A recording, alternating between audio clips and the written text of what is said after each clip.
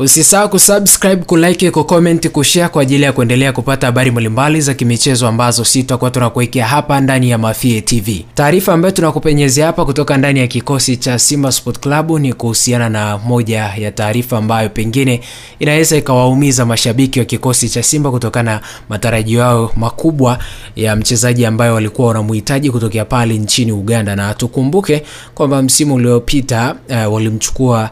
Steve Jesse Mukwala kutokea pale nchini Uganda, na mpaka sasa hivi ameshaonyesha performance ambayo imewaridhisha mashabiki na wanaendelea kumtegemea na ubora ambao pengine atakuwa nao katika msimu unaokuja, na ni mchezaji ambaye ni bora. Sasa naambia taarifa iko hivi, ni kwamba klabu ya Royal Antwerp ya pale Ubelgiji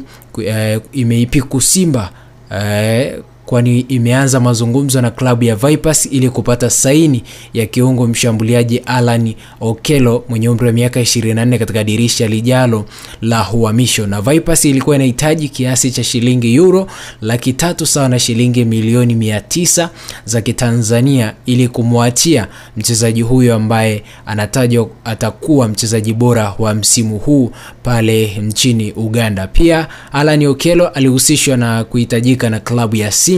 katika dirisha lililopita la uhamisho. Royal Antwerp ipo serious sana na kuhitaji huduma ya Alan Okello kutoka Vipers ambaye amekuwa na msimu bora sana ndani ya kikosi cha Vipers katika msimu 2024-25, na Simba wao walikuwa wanamhitaji mchezaji huyu kuelekea katika msimu unaokuja kwa ajili ya kukamilisha ama kufikia malengo yao yale ambayo wanahitaji kuyafikia katika msimu 2025-26, hususan katika michuano ya klabu bingwa barani Afrika, wakiwa na matarajio ya kufika katika hatua ya nusu finali katika kombe la shirikisho barani Afrika, lakini vile vile na klabu bingwa barani Afrika. Kwa msimu wa 2024-25 tayari wapo katika hatua ya finali kwenye kombe la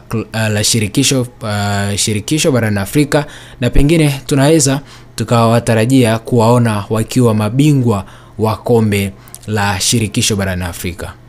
Usisahau kusubscribe, kulike, kucomment, kushare kwa ajili ya kuendelea kupata habari mbalimbali za kimichezo ambazo sisi tutakuwa tunakuwekea hapa ndani ya Mafie TV.